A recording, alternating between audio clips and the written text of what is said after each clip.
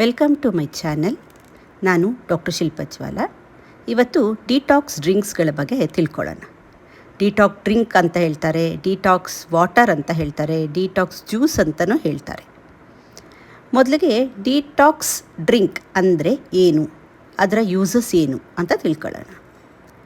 ನಮ್ಮ ಬಾಡಿ ಇದೆ ಅಲ್ವಾ, ಇದೊಂದು ದೇವರ ಅದ್ಭುತ ಸೃಷ್ಟಿ.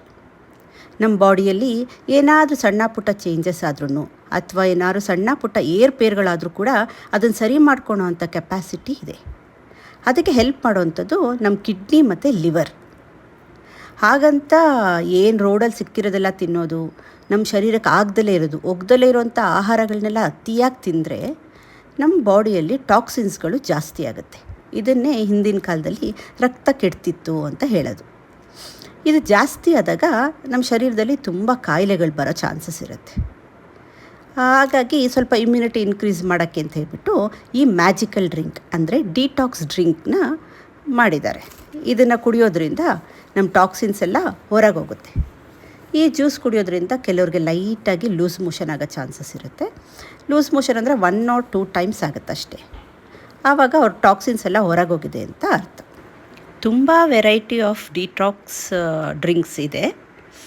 ಇವತ್ತು ವರ್ಷ ಪೂರ್ತಿ ಸಿಕ್ಕುವಂಥ ಸೌತೆಕಾಯಿ ಉಪಯೋಗಿಸಿ ಹೇಗೆ ಡಿಟಾಕ್ಸ್ ವಾಟರ್ ಮಾಡೋದು ಅಂತ ನೋಡೋಣ.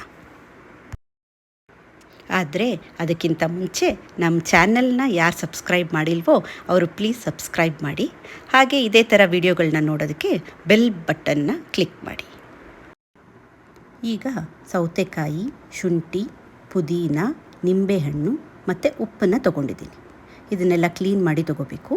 ಸೌತೆಕಾಯಿ ಸಿಪ್ಪೆ ಇದ್ದರೂ ಕೂಡ ನಡೆಯುತ್ತೆ. ಎಳೆ ಸೌತೆಕಾಯಿ ಸಿಪ್ಪೆ ಕೂಡ ಉಪಯೋಗಿಸ್ಬೋದು. ಶುಂಠಿ, ಪುದೀನ ಎಲ್ಲ ಕ್ಲೀನ್ ಮಾಡಿಕೊಂಡು ಮಿಕ್ಸರ್ಗೆ ಹಾಕ್ಕೊಂಡು ಇದನ್ನು ಮಿಕ್ಸಿ ಮಾಡ್ಕೋಬೇಕು. ಚೆನ್ನಾಗಿ ಮಿಕ್ಸರ್ ಆದಮೇಲೆ ಇದಕ್ಕೆ ನೀರು ಹಾಕುವಂಥ ಅವಶ್ಯಕತೆ ಇರೋಲ್ಲ.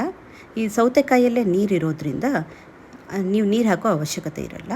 ಮಿಕ್ಸರೆಲ್ಲ ಮಾಡೆಲ್ಲ ಆದಮೇಲೆ ನಿಮಗೆ ಎಷ್ಟು ಬೇಕೋ ಅಷ್ಟು ಕ್ವಾಂಟಿಟಿಯಲ್ಲಿ ನೀರು, ಉಪ್ಪು, ಆಮೇಲೆ ನಿಂಬೆಹಣ್ಣನ್ನು ಸೇರಿಸಿ ಇದನ್ನು ಕುಡಿಬಹುದು.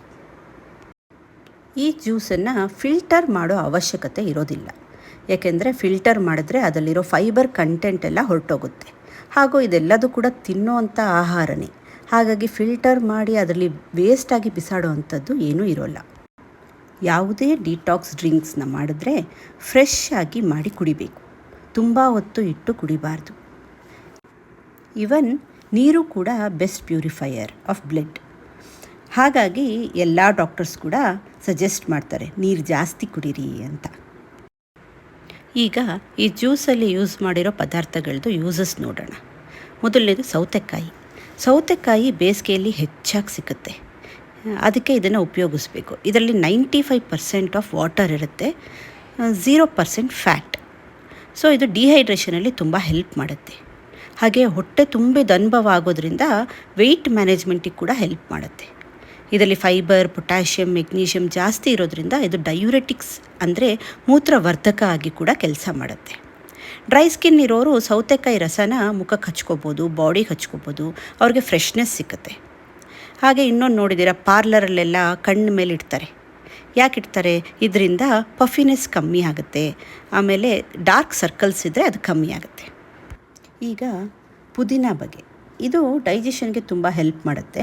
ಹೊಟ್ಟೆ ಉಬ್ಬರ ಇದ್ದರೆ, ಗ್ಯಾಸ್ಟ್ರಿಕ್ ಇದ್ದರೆ ಅವ್ರಿಗೆ ಪುದೀನ ತುಂಬಾ ಸಹಾಯ ಮಾಡುತ್ತೆ.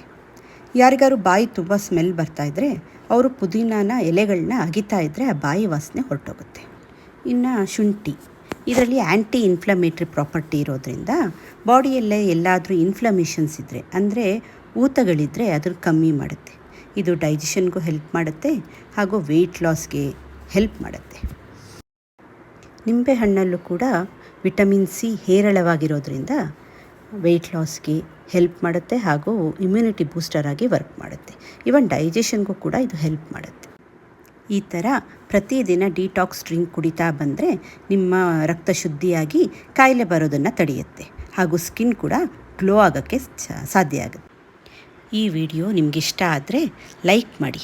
ಹಾಗೂ ಏನಾದರೂ ಡೌಟ್ಸ್ ಇದ್ದರೆ ಕಮೆಂಟ್ ಮಾಡಿ ಕೇಳಿ. ನನಗೆ ಗೊತ್ತಿರೋದನ್ನು ನಾನು ಉತ್ತರ ಮಾಡ್ತೀನಿ.